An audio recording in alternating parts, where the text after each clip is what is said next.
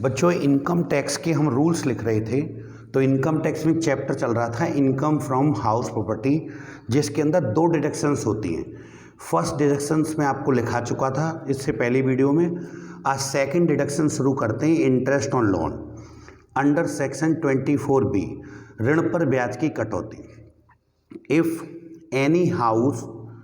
Any loan taken for house construction, house property और new house purchase and repair of house, या any loan taken for repayment of old loan connection of house property, then interest on loan paid during the previous year, then whole amount of interest on loan will be deductions.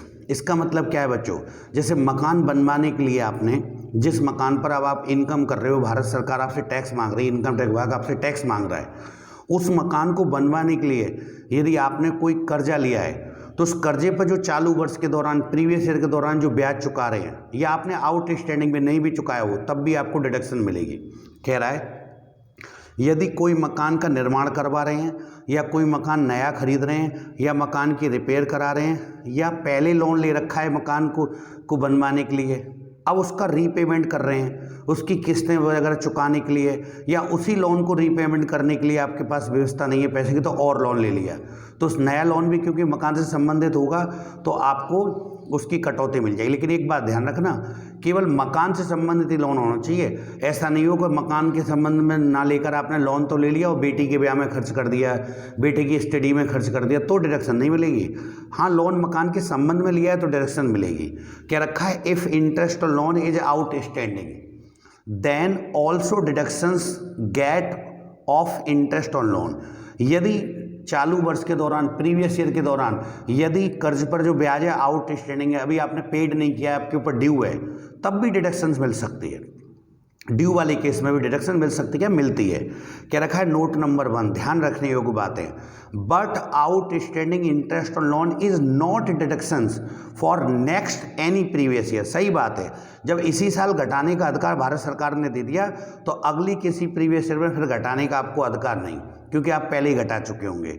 Because outstanding interest on loan only same year deductible. जिस साल की वो interest on loan है उसी previous year में घटा सकते हो आप, ये नहीं कि आगे वाले कुछ सालों में घटा सकते हैं।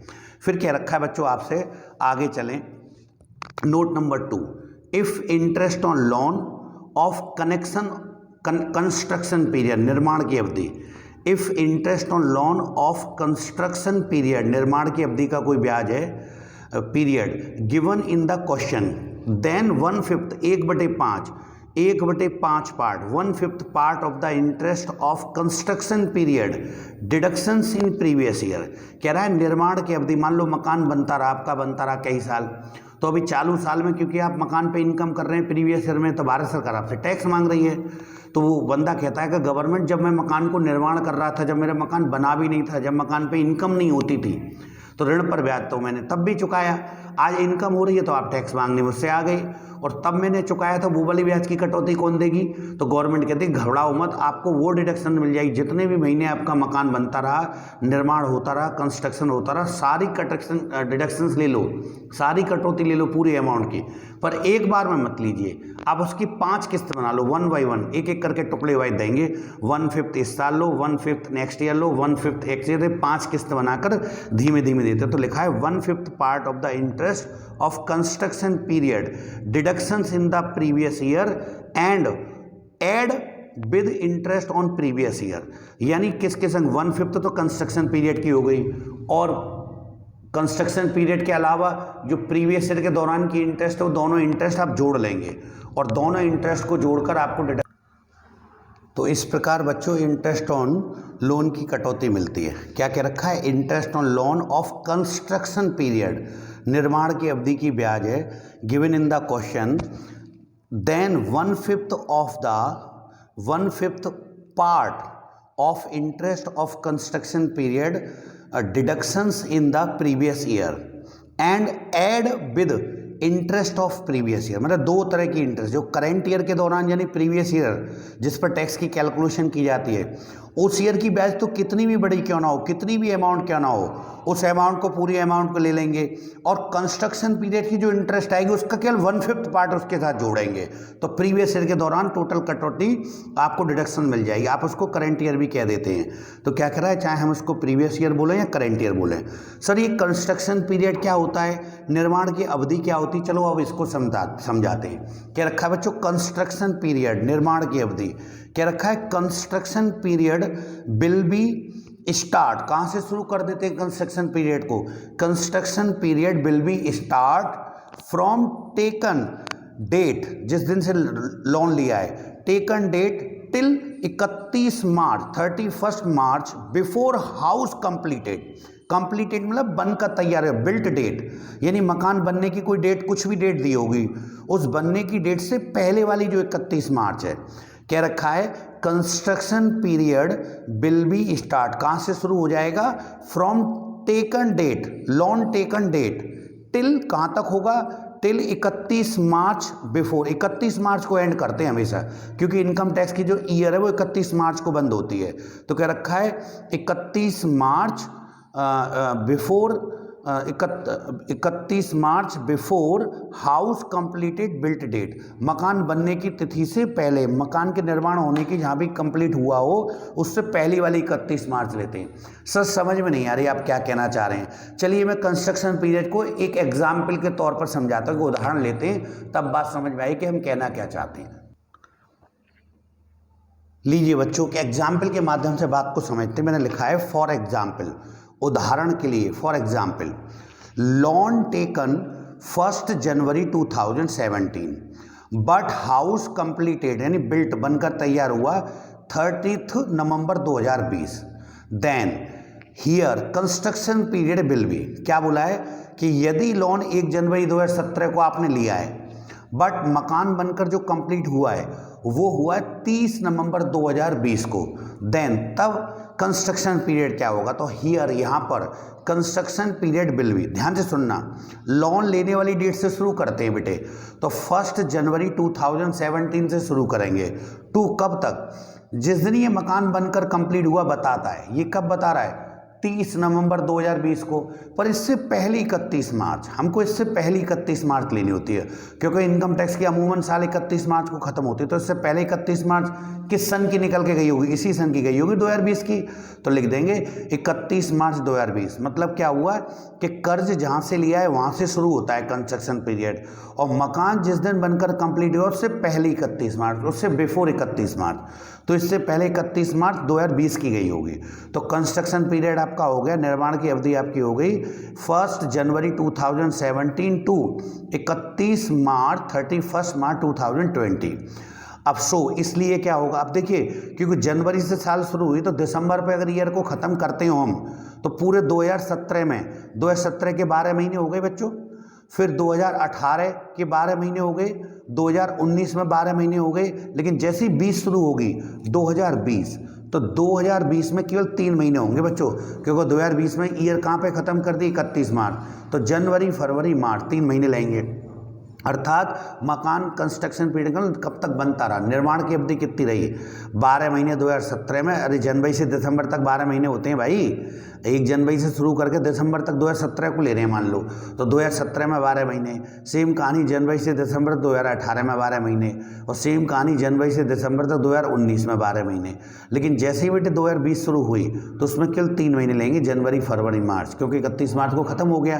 तो अब इन सबको जोड़ लें, तो बेटा 12 12 12 12 36 और 3 39 मंथ, 39 महीने, 39 मंथ।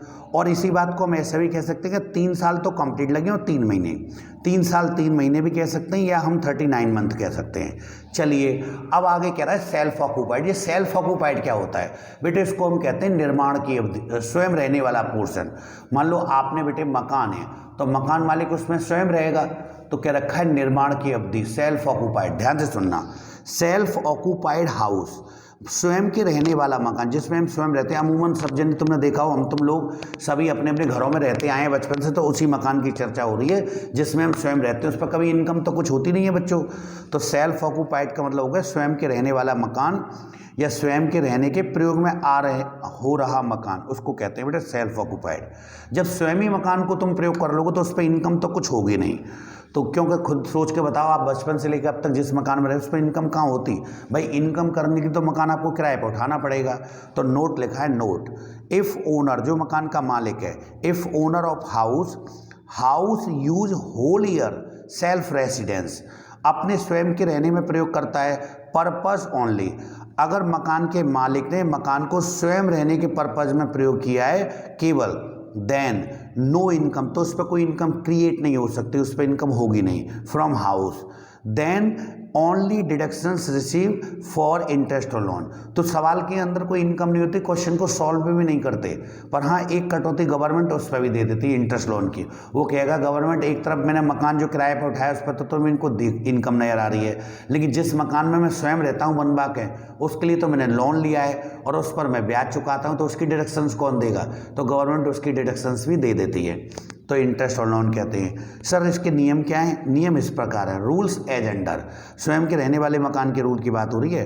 क्या रखा है? एक्चुअल इंटरेस्ट ऑन लोन, वास्तव में जो इंटरेस्ट लोन पेड करिए, एक्चुअल इंटरेस्ट ऑन लोन, और maximum ₹30,000, maximum 30,000 whichever is less, it is deductions of self occupied portion इन, मतलब इन अदर वर्ड बाद में पढ़ते हैं पहले। तो बेटा जो स्वयं आपने जिस मकान में स्वयं रहते हैं उस पर कुछ ब्याज चुकाई होगी, जैसे 25,000, 22,000, 24,000, तो जितनी रकम चुकाई है वो वाली अमाउंट, और पास में रख के देखते हैं मैक्सिमम 30,000 विच एवर लेस, दोनों में जो कम होगा उसकी कटौती मिलती है। मतलब ये क्या है कि 30,000 से डिडक्शन कभी भी ज़्यादा नहीं होगी, कम होगी तो मिल जाएगी। जैसे आपने 22,000 चुकाई है तो 22,000 डिडक्शन ले लो, आपने 21,000 चुकाई है ले लीजिए, 25,000 चुकाई है ले लीजिए डिडक्शन, 29,000 चुकाई है ले लीजिए, 28,000 चुकाई है ले लीजिए, 15,000 चुकाई ले लीजिए, लेकिन 30,000 तक चुकाई है तो भी ले लीजिए। अगर 30 से ज़्यादा अगर आपने एक्चुअल में इंटरेस्ट भरी है करंट ईयर के दौरान सेल्फ ऑक्यूपाइड पे, जैसे आपने 32,000, 35,000, 40,000 कुछ ऐसी भरी है, तो मैक्सिमम भारत सरकार एक साल में 30,000 कटौती देती है, इससे ज़्यादा नहीं देती सेल्फ ऑक्यूपाइड पे, और एक तरह का वो लॉस भी हो जाता है उस पर, उस वाले पोर्शन पे। तो ठीक है, actual interest on loan amount और maximum 30,000 whichever is less, it is deductions of self occupied portion. In other word, अगर इसको दूसरे शब्दों में कहें तो maximum interest on loan of self occupied portion 30,000, but किंतु परंतु हाउस बिल्ट, मकान बनाया गया है, और मकान कब बनाया गया है? आफ्टर 31 मार्च 2099, सॉरी 1999, 2000 नहीं 1999। यदि मकान 31 मार्च 1999 के बाद बनाए, अब बात का तो कोई छोड़ नहीं, 99, 2000, 2005, 2010, 2018, बात तो कुछ भी हो सकता है। यदि मकान 31 मार्च 1999 के बाद बनाया है, then maximum deductions will be ₹2 lakh, तब 2 लाख रुपए तक की डिडक्शन मिल जाती है for self occupied portion. Note, ध्यान रखने योग्य बात है, if loan taken from foreign, विदेश से ऋण लिया है, अगर कोई विदेशी फर्म से लोन लिया है, एंड नो एजेंट, और उसका कोई एजेंट नहीं है इन इंडिया में, और नो रिप्रेजेंटेटिव, ना उसका कोई प्रतिनिधि है in India of loan giver, जिसने लोन दिया है आपको, आपने विदेश से लोन लिया है, तो विदेश से लोन लिया तो किसी एजेंट के माध्यम से लिया होना चाहिए, एजेंट उसका इंडिया में हो, आप एजेंट को इंटरेस्ट लोन दें, वो फिर विदेश में भेजे, और या उसका कोई प्रतिनिधि हो, कोई व्यक्ति हो, जान पहचान का हो, रिश्तेदार हो, फ्रेंड हो, आप उसके माध्यम से लें, मतलब बिचौलिया इंडिया का होना जरूरी है, यानी आप उसके माध्यम से लोन लें और आप उसको पहले इंटरेस्ट पेड करें, वो विदेश भेजेगा, तब आपको डिडक्शन मिल सकती है। लेकिन आपने ऐसे विदेशी बंदे से लोन ले लिया, ना तो उसका कोई एजेंट है, ना उसका कोई इंडिया में प्रतिनिधि है, उस केस में आपको interest on loan directly paid in foreign, यदि सीधा आपने विदेश में पेड किया है, इंटरेस्ट ऑन लोन पेड किया है, then deductions of interest on loan not acceptable, फिर आपको कटौती नहीं मिलेगी, और not give in the SSC deductions, और आप लोग एसएससी यानी करदाता को डिडक्शन नहीं मिलेगी। तो बच्चों जी आज रूल्स कंप्लीट हो गए इंटरेस्ट और लोन तक, अब कल से हम क्वेश्चन शुरू करेंगे। तो क्वेश्चन के लिए बच्चों आप कोई सा भी एक राइटर उठा लें, जिसको हम पूरा आपको सिखाएंगे, आईएएस, पीसीएस, सीए, सीएस सब में इनकम टैक्स काम आएगी, और उसी लेवल पे बच्चों मैं आपको पढ़ाऊंगा, टॉप लेवल तक ले जाऊंगा बेसिक से। तो बुक तो बच्चों वैसे सभी अच्छी होती हैं, पर मेरे दिमाग में जो मुझे सबसे अच्छी लगती है, एक बुक आती है बच्चों, डॉक्टर विनोद कुमार सिंघानिया और डॉक्टर मोनिका सिंघानिया की ये बुक है बच्चों, आप इसको परचेज कर लें, फिर हम आपको सिखाएंगे। तो वीडियो को पॉज करके रूल्स तो आपने उतार ही लिए होंगे, देख लेंगे, वीडियो को पॉज करके रूल्स उतारे लेंगे आप लोग, और उसके बाद ये बुक आप परचेज कर लें जिसके मैं आपको क्वेश्चन लगाने वाला हूँ। बुक सभी अच्छी होती है पर मुझे सबसे अच्छी ये बुक लगती है, इसमें इसके लेवल के क्वेश्चन है बच्चों। अगर इस बुक से आप पढ़ेंगे तो CA, IAS, PCS, CS कुछ भी, यानी जितनी भी इनकम टैक्स से संबंधित एग्जाम है सबको आप अच्छे से क्वालिफाई कर पाएंगे। ठीक है, क्या भी रखा है देखो, BCom, MCom, MBA, other professional courses के लिए ये काम आती है। ठीक है, बुक आप नए एडिशन के लिए ना अपने हिसाब से, जैसे कि 2022-23 में जो यूज होती हो, ठीक है, आपके एग्ज़ाम के हिसाब से।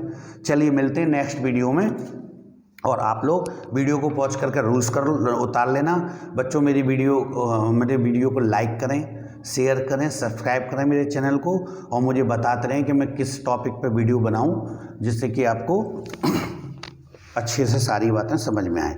तो नेक्स्ट वीडियो से मैं आपके क्वेश्चन सॉल्व करूंगा इनकम टैक्स के। ठीक है बच्चों, लीजिए ये रूल्स आप नोट कर लेना, मिलते हैं नेक्स्ट वीडियो में।